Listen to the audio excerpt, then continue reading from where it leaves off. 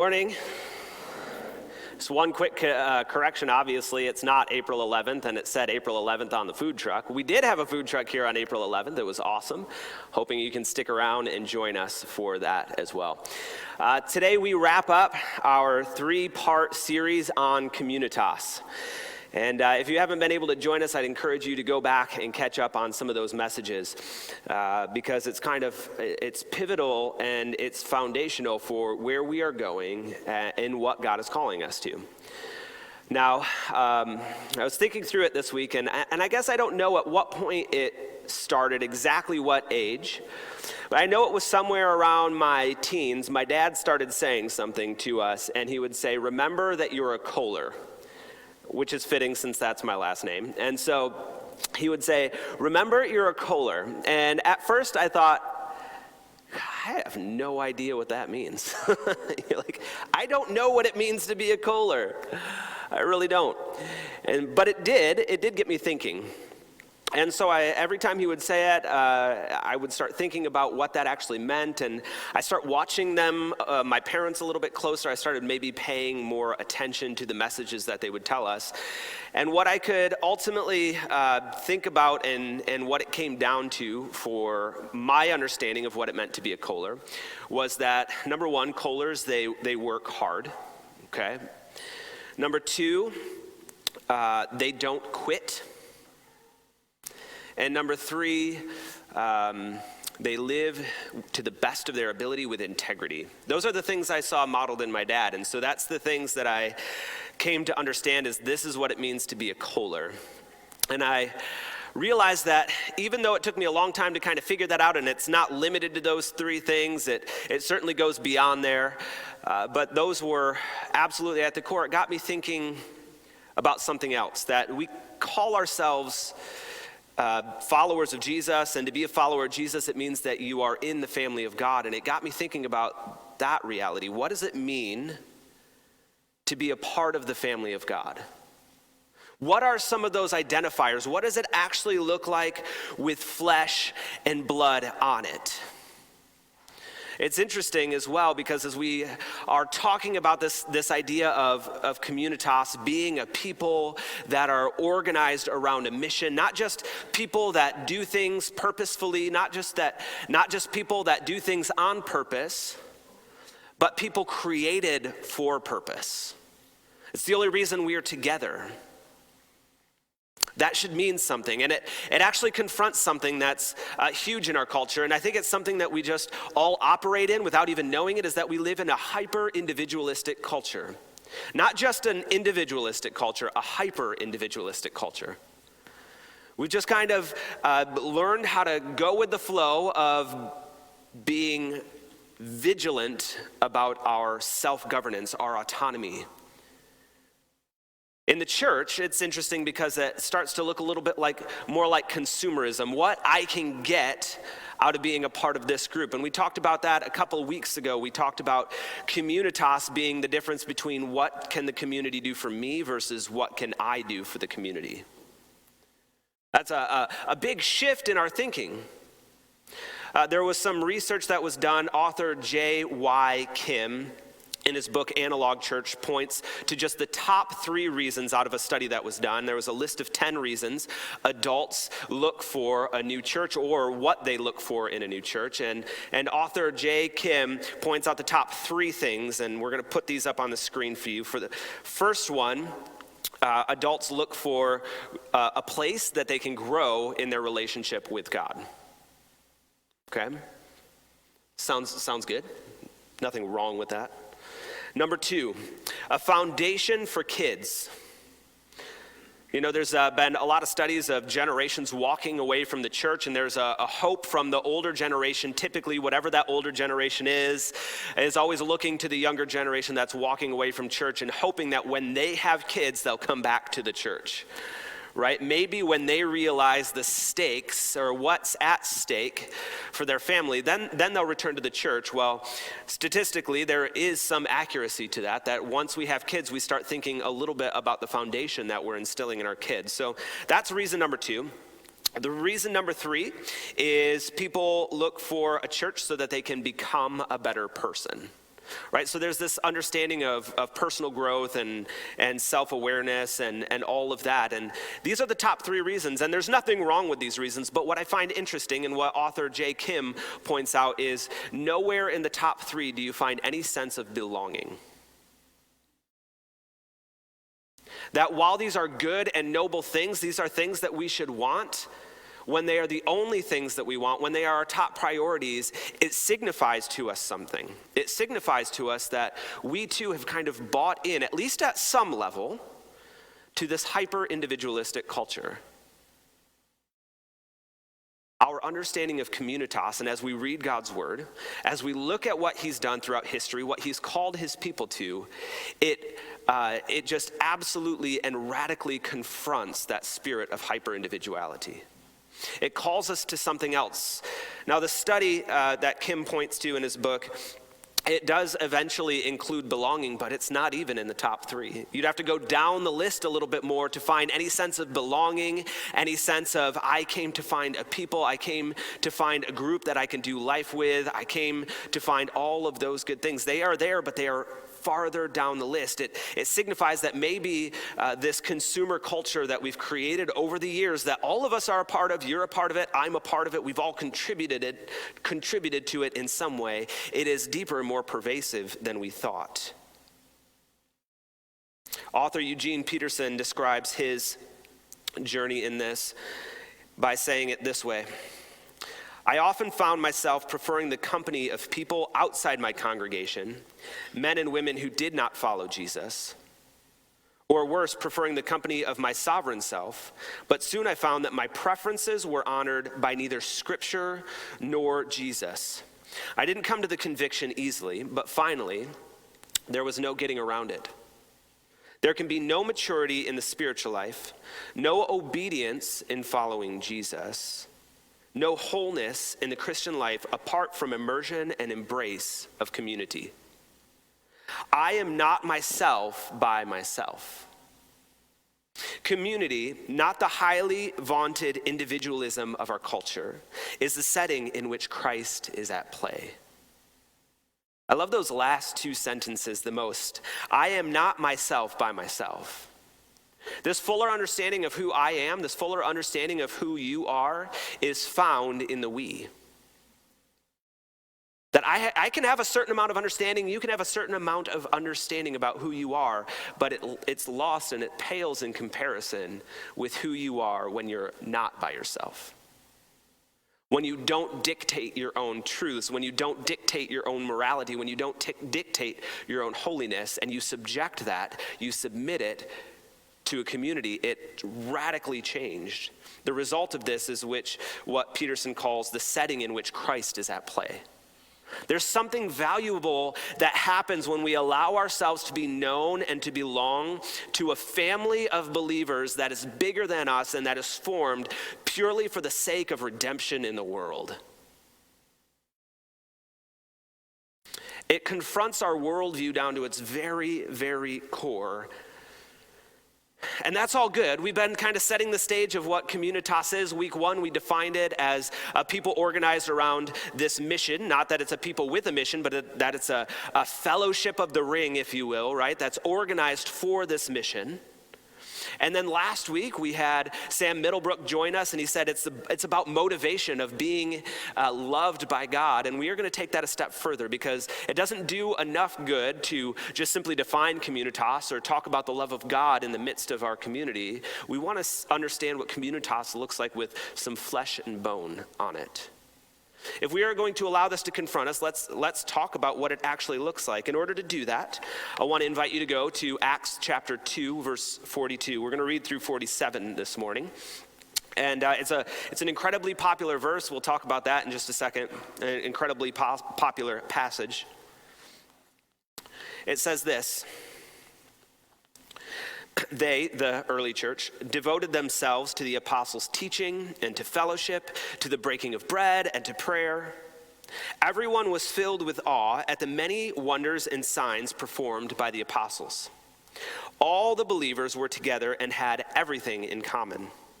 They sold property and possessions to give to anyone who had need. Every day they continued to meet together in the temple courts. They broke bread in their homes and ate together with glad and sincere hearts, praising God and enjoying the favor of all the people. And the Lord added to their number daily those who were being saved. Let's back up because we find ourselves at the end of chapter 2, which means there's a little bit of context preceding us. And I think it's really important for us to understand what has happened before this so that we can really grasp what it's describing. So in chapter 1, we find an account of Jesus ascending and departing after his resurrection. He sends those of his followers that are still with him to the upper room and to wait for what he calls the power from on high. This power that is going to give them the ability to live differently, the ability to do what Jesus did, both in their hearts and who they're becoming, but also in how they interact with others in the world.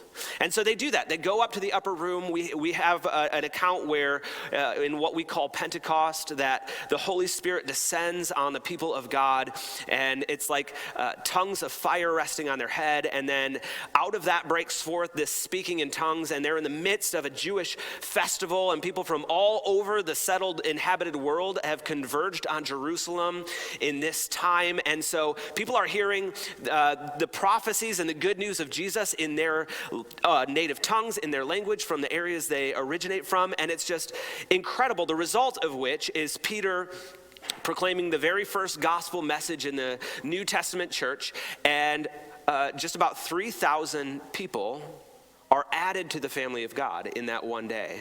Now that's incredibly impressive. Right, that's what happens before this, and then out of that, now there's this group that was around 100-ish people, something around there, and then beyond that, it grows now to over 3,000 people. And so what do? They do what they learned from Jesus. They're like, well, we don't know what to do with 3,000 people, so let's just keep doing what we've learned to do. Let's do that. Let's learn how to scale it. Let's learn how to make this part of our everyday life. And let's just keep doing what Jesus showed us how to do under the empowerment of the Spirit. And out of that, we have Acts chapter 2, verse 42 through 47. Now, it's not uncommon in biblical times of that writing that when something like this is a summary of a group of people is being written, it's almost always painted in a very ideal way. And that's what we have here. We have kind of an unashamedly ideal picture of what the early church was. And while it may have been a little bit more messy, in fact, if you get just a few chapters later, it gets really, really messy and it starts to kind of fall apart seemingly. Persecution begins to arise, and the church starts to gain in favor, and the rulers and authorities, they want to stamp out this raging fire that has started in their midst, and all that does is simply spread the coals. And instead of being stamped out, it's spread by the persecution. And all of that, though, even though it got messy, even though it gets ugly, it started because people continued to live out these principles. So what we're going to find is I'm going to point out 5 practices that we see in Acts chapter 2, verses 42 through 47. But beyond that, I want us to look beyond those practices, because here's the reality before we dive into it. You can find all of these practices in some way evident in just about everybody's lives. Okay? You're going to be able to find people in the church practicing them, people out of the church practicing them, but there is a key difference that I'm going to point us to in a little while. There's a key motivation, there's a key identifier that changes everything about the way these things are put into practice, and that makes all the difference. So hear me clearly. It's entirely possible to put into practice all 5 of these things and still miss the mark. It's not just about practices, it's more about identity. All right, so let's dive in. Our first practice that we see is what I would categorize as reading or prayer or study or worship. We see it in, they devoted themselves to the apostles' teaching, to prayer, We see it as they gathered in the temple courts and praising God. These are the things that they did regularly. In fact, not just regularly, we see that they were gathering in the temple daily, and on top of that, they were gathering regularly in one another's homes. This is not just an everyday thing. This is a multiple time a day thing where they're gathered around this practice of reading, of this vertical relationship with the Father. It was primary to who they were as a people, understanding that they needed to learn and needed to grow, that they needed to be taught. And now what we would understand is not just the apostles, not just this new teaching about Jesus, but how Jesus was the fulfillment of the entire hope of Israel. This teaching that they were getting, this worship that they were giving, was all in response to the good news of Jesus, that he is the fulfillment of the promise made to Israel throughout time and history. This is what the early church taught. They just taught how Jesus was the good news that every Jewish person had hoped for. And more than that, it's the hope. He is the hope of the world. This was central to their teaching. Now, again, it's entirely possible to be in or out of the church, to have this practice of worshiping, this practice of praying, this practice of teaching and growth, but still kind of miss the foundational identification. And we'll get there in a second. Practice 2. Practice 2, we have shared food. All right, this is my favorite practice right now. This is my favorite practice. I love eating. I think there's something beautiful that happens when we break bread. Hopefully, I didn't ask her if this is okay, but there's times where we're going out to eat and Janine loves her foodie food so much that there's tears in her eyes as she's eating this food. She enjoys it that much, right? I'm a little less particular about what kind of food I'm eating. I just like to eat. I don't know, is it sugar? Is it bread? Is it meat? Cool, let's just eat. And it doesn't bring tears to my eyes until I've eaten too much. But they're getting at something a little bit beyond that.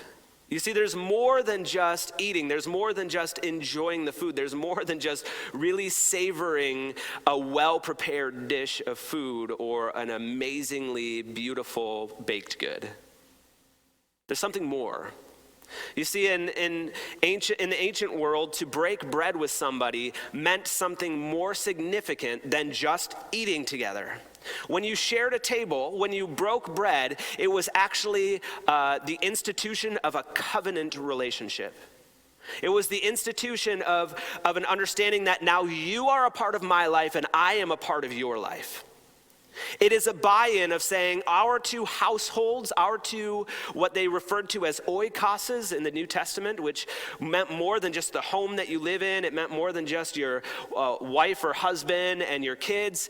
It meant everybody that was related to you. It meant everybody that worked for you, all of your livestock, all of that would have been included in the household. And breaking of bread was a way of saying your household and my household are now together.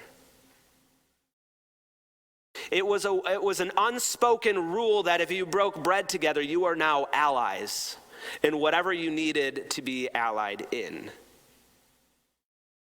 We see that in the early church. They broke bread together. Not just once, it says they committed themselves to the breaking of bread, and then they were also, again, verse 46, they broke bread in their homes and ate together with glad and sincere hearts.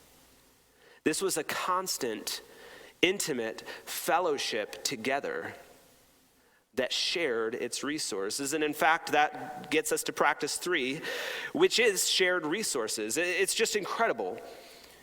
Verse 44, all the believers were together and had everything in common. Verse 45, they sold property and possessions to give to anyone who had need. Anyone who had need. There was no need in the early church because people just were willingly giving away what they had. Now, this is a little bit more radical. This isn't something that you would just find everywhere in the ancient world. In fact, we'll get to it in a second, but it said that the ancient world gave everybody their body, but nobody their money. And the early church flips that. You see, the reality is the early church was now starting to break away from some of the cultural norms. Everybody would break bread together. Everybody worshiped something, but now there's a different identifier. It's the sacrificial living where people are willing to give away land, which, again, for us, is deeper than just selling property. You see, Israel's land was an inheritance. It tied them to their family throughout time and space. The one thing they were never allowed to do was cut their ties off with the land, or if you were cut off from your ties to the land, it was a significant ordeal because it meant that you were cut off from your people. The very thing which identified you was also tied to the land, and here we have the early church saying, I will sacrifice everything for the need of my neighbor. Nobody else in this time, or especially in that place, was doing anything remotely similar to what the early church was doing. This was a radically different way of living. Again, we can see people around us. I've run into so many generous people inside and outside of the church. There's generosity abounding in our world. You can see it across social media for people's birthdays. Instead of just asking for presents or whatever happens in the adult world for birthdays, I don't know, they are posting now links where you can donate to a charity in their name, and people do it. We actually live in an incredibly generous world. The world around us, in and outside of the church, is generous. This, however, friends, is next level stuff. This is different. I don't see people selling their stuff and giving to those in need. I don't see people living at that level of sacrificial living.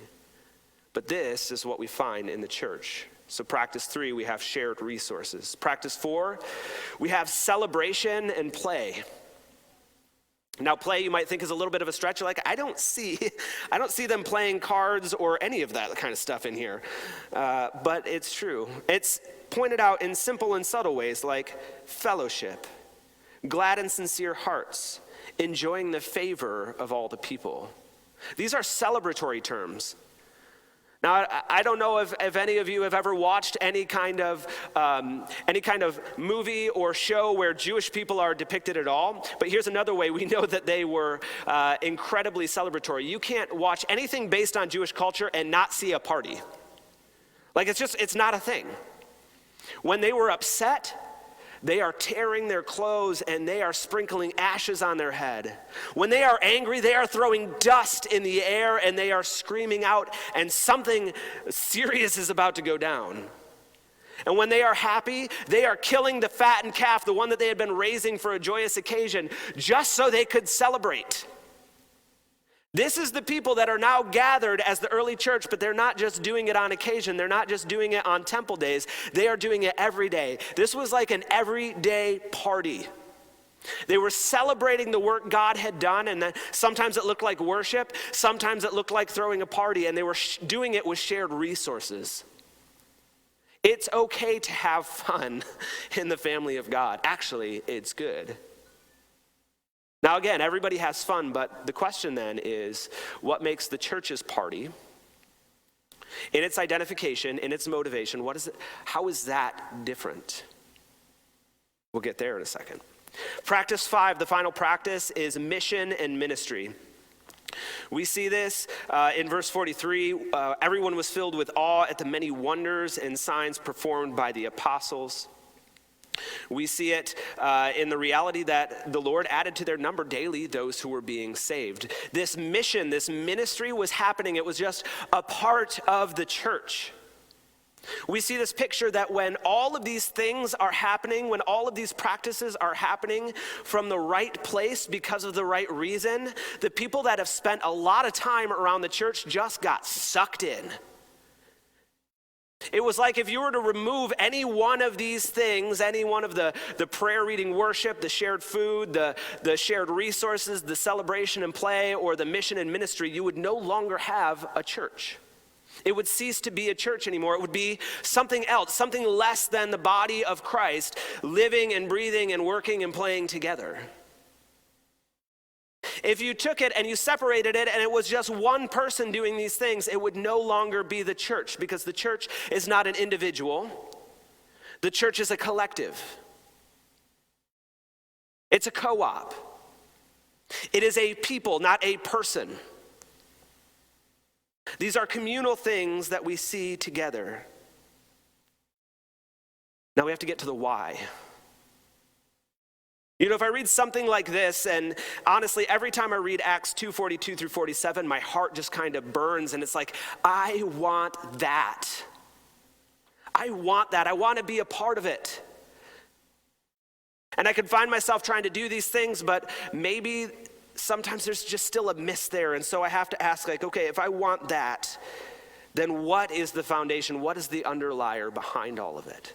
Because again, we can see all of these practices all over our society, all over culture, in people inside of the church, outside of the church. So what is the difference? The difference is this. The church valued their identity over everything else. The church valued their identity over everything else, and here's their identity. That they are a people who follow a Jewish man who was killed.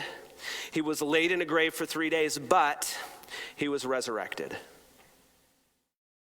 And that resurrection makes all the difference.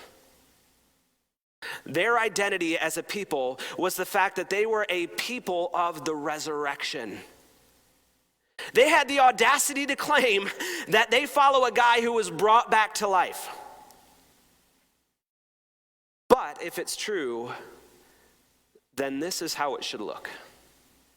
If it's true that Jesus rose from the dead, if it's true that we are in a season of celebrating the resurrection, then it should change everything about us. It should overwhelm any other decision that we could make. It should overwhelm any other identity that we have. It should overwhelm everything. It should be the place from which we make every decision, and it should be the identity that we value over everything else. If we look at the church, they valued this resurrection identity over all else, over their physical needs. They valued it over their schedule, over their property and possessions, over their social status and relationships, even over their safety. History, tradition, and extra-biblical resources tell us that every single one, with the exception of the Apostle John, every single one of Jesus' followers were martyred for following Jesus. They were killed in a variety of different ways. There was no end to the creativity there. They were all martyred for the sake of the kingdom. Why? Because the identity of the people they belonged to was something that they valued over anything else, over everything else. So it's not just enough that we can practice these things. We have to allow the identity of the resurrection itself to enter into who we are as a people. Jeff Vanderstelt, a pastor and author, a friend just across the mountains, says this: God doesn't just want us to feast or celebrate as his people. He wants us to remember him, keeping him central to the party by showing kindness, love, and mercy to all those who lack a reason to celebrate. I love that. Do you want to know who the kingdom of God is designed perfectly to reach? Those who lack a reason to celebrate.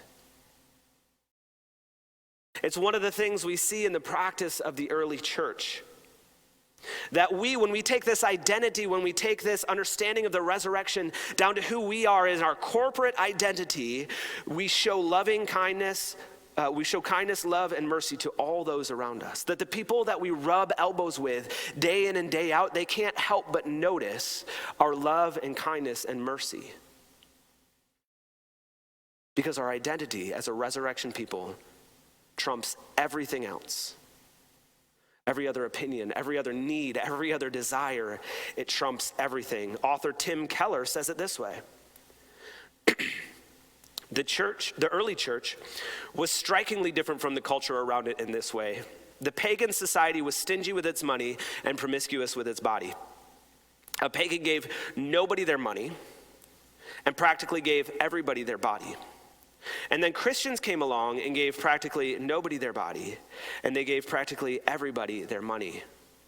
It's just another example of how this identity of the resurrected Jesus in our midst, as the rallying point of this family, changes every single decision. It reorients our understanding of our resources. It reorients our understanding of our bodies and our sexuality and our preferences, and all of those things are radically transformed by this truth, by this event that happened. It is now the thing that governs who we are and how we relate to one another, to the point that we are willing to give literally everything so that we can love you the way Jesus loved me, the way he loved you, the way he loves us. There was a marked difference in the early church between how they lived together as a family of believers, as a church, and how the world around them lived. You see, they didn't do a whole lot different. They just did what Jesus had been teaching them to do, and they just did it a lot. They learned and grew in the Lord together. They shared with one another, and they sacrificed for one another, and the result of this is simply that the Lord added people to their number daily. This alternative expression, this alternative society is attractive. That is mission in the church. It's living out who we are in our identity publicly and intentionally, so that those people around us, the people that we see daily, the people, whether it's in our neighborhoods or workplaces or whoever, and on the soccer teams or on the athletic teams, whatever place you find yourself in, those people see a marked difference in this alternative society. A difference that is driven by a new way of living in Jesus. One that causes us to worship. One that causes us to share what we have in every different way. One that causes us to open up our table to people who are radically different from us. One that causes us to celebrate and to party in a different way. One that causes us to be so intentional in our living that people just are drawn to the heat, to the warmth of that red hot center in the church. This is who we are. This is what we are called to do. And this is why we do what we are trying to do. And again, it's going to get messy, but let me be really clear about what it gets messy about. It gets messy because sin gets confronted. It gets messy because people that probably shouldn't be hanging out with us are now hanging out with us. It gets messy because when you don't get to choose your community, you oftentimes find yourselves with other people that you might not even like. But that's the reality of it. And that's what I'm asking us to consider. That's what I'm asking us to think about today. I'm asking us as a family to consider where our identity is that we're living out of today. I'm asking us to consider, I'm asking you and me together to consider the identity from which we live. Is it an identity with my agenda, my schedule, my things? Or is it from the reality of the beloved of God, the resurrected Jesus in our midst? The true cause for celebration and joy, is it that identity? Is it one in which we're stingy with our time, or is it one in which we are incredibly generous with our time, with our resources? Is it one which drives us only to worship one day a week, or one that we can't do anything else other than worship with the people that we find ourselves in the midst of? Does it drive us to do just insanely crazy things on behalf of Jesus and to have conversations that we would be absolutely scared out of our mind to have because they're vulnerable? Like offering just to pray for somebody. I was helping the Navarrettis at their house load up some bricks. They sold on Craigslist or Marketplace or somewhere, and the guy had to stop loading the bricks into his car because his back was hurt. And I thought, man, I'm supposed to pray for this guy. It took me about 10 minutes to talk myself actually into praying for this guy. But if I'm going to be honest, and if I'm going to live out of an identity of the resurrected Jesus, then I have to trust that the resurrection of Jesus is going to meet him in his injury. If we are a people who are trusting in the resurrection of Jesus for all of our lives, then we can trust the resurrected Jesus with our finances and with our property and with our possessions and with our sexuality and with any other decision we could possibly make. And we have to do that together. That's why we're choosing to do things the way we're doing. That's why we're choosing to launch smaller communities of this family into neighborhoods so that we can be an expression of the gospel consistently and regularly together, rubbing elbows with the people that we're around every single day, so that our neighbors can't help but notice Jesus in our midst. Because if we wait for our neighbors or our coworkers or those people that we're around daily to come into here, it may never happen. But guess what? You've already been placed out there. So let's do that together. Let's let the resurrection identity of Jesus be valued above any other thing. And let's take it into those places. And I think we'll see the Lord add to our number daily those who are being saved. And not just a few at a time. I mean, if we pay attention to this, what happens is we find whole households come to Jesus at one time. Can you imagine that? Whole households coming to Jesus at once. And maybe that just represents a family. Maybe that represents the neighbors. Maybe that represents an office space. Maybe that represents a whole neighborhood. Maybe it represents a group that you're a part of outside of the church. Do we live in such a way that when we're rubbing shoulders with people, they get inspired the way we do when we read Acts 2:42 through 47? Do they get to brush elbows with the ideal? No, we're not going to do it perfectly. I don't ever do it perfectly. I've never done it probably even well. That's okay. I think we've mentioned it in here before, but a great quote that I like to go by is, anything worth doing well is worth doing poorly first. Like, let's just start going for it. And let's do it a lot. Let's let it be the way we live. It's in this way that we become that city on a hill that Jesus talked about. You see, the significant thing, and imagine this with me, is a city on a hill is not lit up by one light. It's not lit up by your one light. It's not this little light of mine that I carry into the world. That doesn't light up anything. One light on its own may be enough in some circumstances, but for the most part, that's not what God intended. God intended for us to be the light of the world. Not a single candle in the world, but a light in the world and a city on a hill. You see, a city on a hill was significant because as people were traveling through wilderness and through deserts and in incredibly dangerous places, they would be coming to the end of their supplies that they brought with them, and they would be tired and they would be worn out and hungry. But then, because cities were oftentimes built up higher on hills, they would emerge and they would start to see this glow in the distance. Not of one light, but a community of lights. It wasn't one light on in a window. It was an entire city of lights collectively that drew the travelers' attention, and it brought hope to them. And they were drawn to it because they knew that it would be a source of life and that it would be a source of renewal and rest.